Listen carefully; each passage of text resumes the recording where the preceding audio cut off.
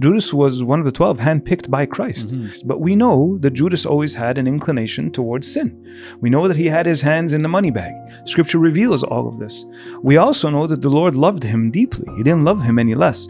So to sometimes speak in a way where it makes it look like he was just a pawn. In every story, there has to be the narrative of the villain, and this poor dude, he got dealt, the wrong hand, and in the process, somebody had to be the bad guy, and it just fell on Judas and he didn't have a choice. That is absolute foolishness. That is not the faith of the church. When we talk about the devil entered him, the church firmly believes that doesn't happen accidentally.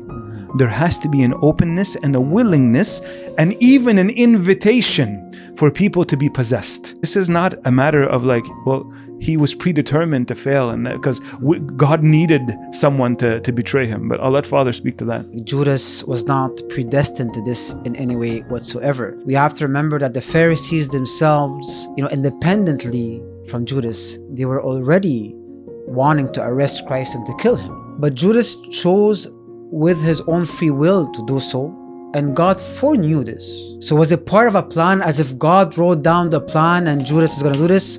No. Was it part of the plan in the sense that God knew that Judas was going to do this? Sure.